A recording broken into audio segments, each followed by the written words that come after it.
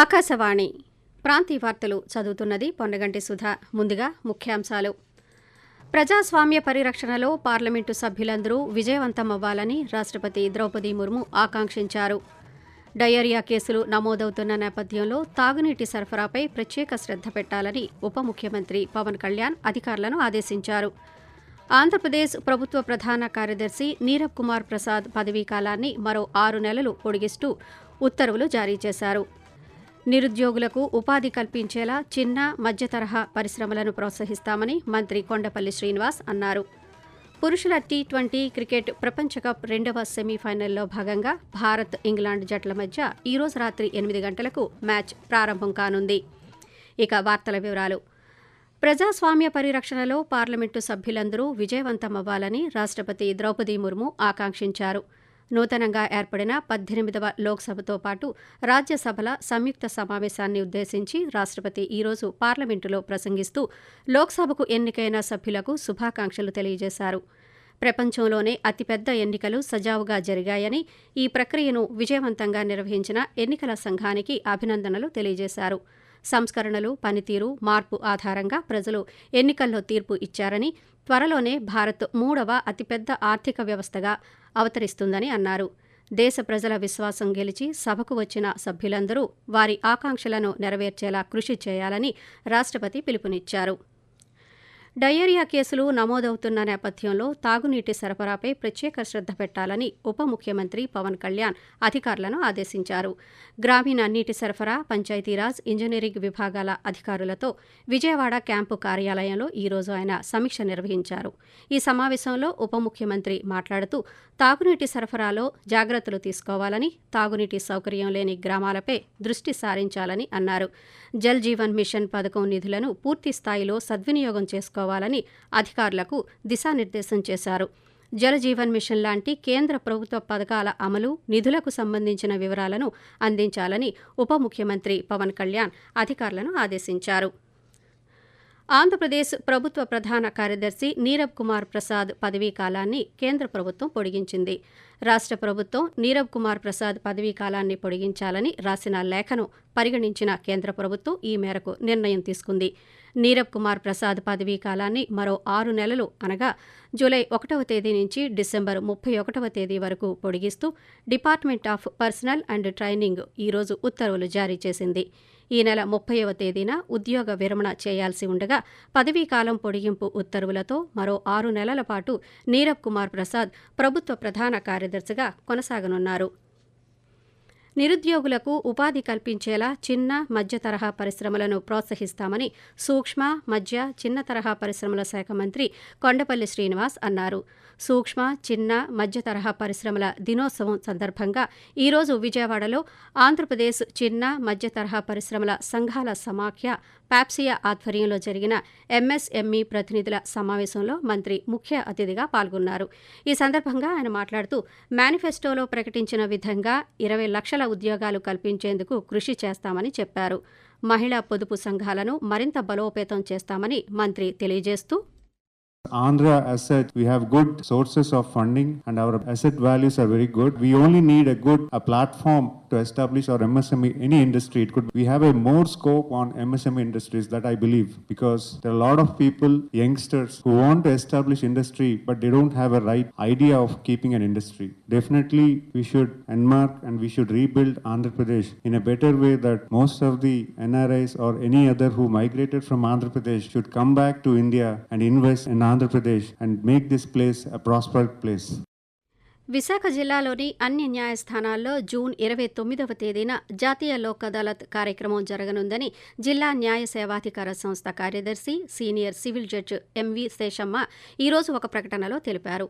జిల్లాలోని న్యాయస్థానాల్లోని పెండింగ్ కేసులు, civil, cheque bounce, banking, motor ప్రమాదాల నష్టపరిహారాల కేసులు, ఆర్థిక లావాదేవీలు, భూ వ్యవహారాలకు సంబంధించిన కేసులు, కుటుంబ తగాదాలు, కార్మిక, పారిశ్రామిక వివాద కేసులు, రాజీ పడదగ్గ క్రిమినల్ కేసులు లోక్ అదాలత్లో పరిష్కారానికి వస్తాయని పేర్కొన్నారు. రాజీ మార్గమే రాజమార్గం అనే నినాదంతో నిర్వహిస్తున్న జాతీయ లోక్ అదాలత్ను కక్షిదారులు సద్వినియోగం చేసుకోవాలని ఎంవి శేషమ్మ సూచించారు. పురుషుల టీ20 క్రికెట్ ప్రపంచ కప్ 2024 ఆఖరి దశకు చేరుకుంది. ఈ రోజు జరిగిన మొదటి సెమీఫైనల్ మ్యాచ్లో ఆఫ్ఘనిస్తాన్పై దక్షిణాఫ్రికా జట్టు 9 వికెట్ల తేడాతో ఘన విజయం సాధించడంతో టోర్నమెంట్ ఫైనల్స్కు చేరుకుంది. అలాగే రెండవ సెమీఫైనల్లో భాగంగా భారత్, ఇంగ్లాండ్ల జట్ల మధ్య మ్యాచ్ గయానా వేదికగా ఈ రోజు రాత్రి 8 గంటలకు ప్రారంభం కానుంది. ఈ మ్యాచ్లో గెలిచిన జట్టు 2024 టీ20 ఛాంపియన్గా నిలిచేందుకు దక్షిణాఫ్రికాతో పోటీ పడనుంది. ఆకాశవాణి ప్రాంతీయ వార్తలు వింటున్నారు. ఆంధ్రప్రదేశ్ ప్రభుత్వం ఈరోజు విజయవాడ, కానూరులో ఏర్పాటు చేసిన రామోజీరావు సంస్మరణ సభకు ముఖ్యమంత్రి నారా చంద్రబాబు నాయుడు, ఉప ముఖ్యమంత్రి పవన్ కళ్యాణ్, రాష్ట్ర మంత్రులు, సినీ ప్రముఖులు హాజరై పుష్పాంజలి ఘటించారు. పత్రికా రంగంతో పాటు వివిధ రంగాల్లో రామోజీరావు అందించిన విశేష సేవలకు గుర్తింపుగా ఆయన సంస్మరణ సభను రాష్ట్ర ప్రభుత్వం నిర్వహించింది. గంజాయి నిర్మూలన, మహిళా రక్షణ, పోలీసు సంక్షేమం, పోలీసు శాఖలో నియామకాల భర్తీ అనే 4 అంశాలు అజెండాగా ముందుకు వెళుతున్నామని రాష్ట్ర హోంశాఖ మంత్రి వంగలపూడి అనిత తెలిపారు.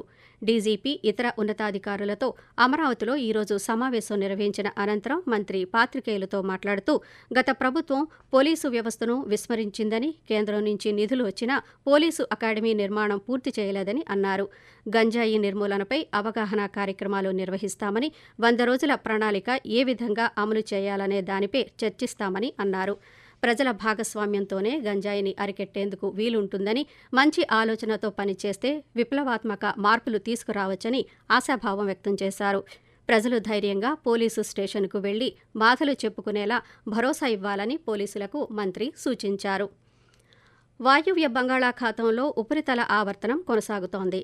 దీని ప్రభావంతో రాష్ట్రంలో రాబోయే 2 రోజులు తేలికపాటి నుంచి ఒక మోస్తరు వర్షాలు కురిసే అవకాశం ఉందని అమరావతిలోని భారత వాతావరణ కేంద్రం అధికారి వివరిస్తూ, ఉత్తర కోస్తా ఆంధ్రప్రదేశ్ మరియు యానం ఈ రోజు తేలికపాటి నుంచి ఒక మోస్తరు వర్షము లేదా ఉరుములతో కూడిన జల్లులు చాలా చోట్ల కురిసే అవకాశం ఉన్నది. భారీ నుంచి అతి భారీ వర్షాలు 1 లేదా 2 చోట్ల కురిసే అవకాశం ఉన్నది. ఉరుములతో కూడిన మెరుపులు 1 లేదా 2 చోట్ల కురిసే అవకాశం ఉన్నది. ఈదురుగాలులు గంటకు 40 నుంచి 50 కిలోమీటర్ల వేగంతో వీచే అవకాశం ఉన్నది. రేపు తేలికపాటి నుంచి ఒక మోస్తరు వర్షము లేదా ఉరుములతో కూడిన జల్లులు అనేక చోట్ల కురిసే అవకాశం ఉన్నది. ఉరుములతో కూడిన మెరుపులు 1 లేదా 2 చోట్ల సంభవించే అవకాశం ఉన్నది. విశాఖపట్నం, సికింద్రాబాద్, విశాఖపట్నం, తిరుపతి మధ్య నడిచే ప్రత్యేక రైళ్లను పొడిగిస్తూ తూర్పు కోస్తా రైల్వే నిర్ణయం తీసుకుందని Waltair division senior commercial manager K Sandeep ఒక ప్రకటనలో తెలియజేశారు. జూలై 3వ తేదీ నుంచి ప్రతి బుధవారం విశాఖపట్నం, సికింద్రాబాద్ ఎక్స్ప్రెస్ విశాఖ నుంచి రాత్రి 7 గంటలకు బయలుదేరి మరుసటి రోజు ఉదయం 8 గంటల 20 నిమిషాలకు సికింద్రాబాద్ చేరుకుంటుంది. తిరుగు ప్రయాణంలో ప్రతి గురువారం రాత్రి సికింద్రాబాద్లో 7 గంటల 40 నిమిషాలకు బయలుదేరి మరుసటి రోజు ఉదయం విశాఖకు 6 గంటల 40 నిమిషాలకు చేరుకుంటుంది. ఈ సర్వీసులు ఆగస్టు 7వ తేదీ వరకు కొనసాగుతాయి. అలాగే విశాఖపట్నం తిరుపతి ప్రత్యేక రైలు జూలై 1వ తేదీ నుంచి ప్రతి సోమవారం విశాఖ నుంచి రాత్రి 7 గంటలకు బయలుదేరి మరుసటి రోజు ఉదయం 9 గంటల 15 నిమిషాలకు తిరుపతి చేరుకుంటుంది. తిరుగు ప్రయాణంలో ప్రతి మంగళవారం తిరుపతిలో రాత్రి 9 గంటల 55 నిమిషాలకు బయలుదేరి మరుసటి రోజు ఉదయం 10 గంటల 15 నిమిషాలకు విశాఖ చేరుకుంటుందని, ఈ సర్వీసులు ఆగస్టు 28 వరకు కొనసాగుతాయని ప్రకటనలో తెలిపారు. ప్రధానమంత్రి నరేంద్ర మోదీ తన మనసులోని భావాలను దేశ ప్రజలతో పంచుకునే మన్ కీ బాత్ మనసులోని మాట కార్యక్రమం 111వ సంచిక ఈ నెల 30వ తేదీన ఆకాశవాణి ద్వారా ప్రసారమవుతుంది. ప్రధానమంత్రిగా వరుసగా 3వసారి బాధ్యతలు చేపట్టిన తర్వాత జరగనున్న తొలి మన్ కీ బాత్ కార్యక్రమం ఇది. ప్రజలు తమ సలహాలు, సూచనలను ఈ నెల 28వ తేదీలోగా టోల్ ఫ్రీ నెంబర్ 1800-11-7800 నెంబర్కు ఫోన్ చేసి గానీ, నరేంద్ర మోదీ యాప్ ద్వారా లేదా ఇతర వేదికల ద్వారా తెలియజేయవచ్చు. ఆకాశవాణి ప్రాంతీయ వార్తలు ముగించే ముందు ముఖ్యాంశాలు మరోసారి. ప్రజాస్వామ్య పరిరక్షణలో పార్లమెంటు సభ్యులందరూ విజయవంతమవ్వాలని రాష్ట్రపతి ద్రౌపది ముర్ము ఆకాంక్షించారు. డయేరియా కేసులు నమోదవుతున్న నేపథ్యంలో తాగునీటి సరఫరాపై ప్రత్యేక శ్రద్ధ పెట్టాలని ఉప ముఖ్యమంత్రి పవన్ కళ్యాణ్ అధికారులను ఆదేశించారు. ఆంధ్రప్రదేశ్ ప్రభుత్వ ప్రధాన కార్యదర్శి నీరబ్ కుమార్ ప్రసాద్ పదవీ కాలాన్ని మరో 6 నెలలు పొడిగిస్తూ ఉత్తర్వులు జారీ చేశారు. ఆకాశవాణి ప్రాంతీయ వార్తలు ఇంతటితో సమాప్తం.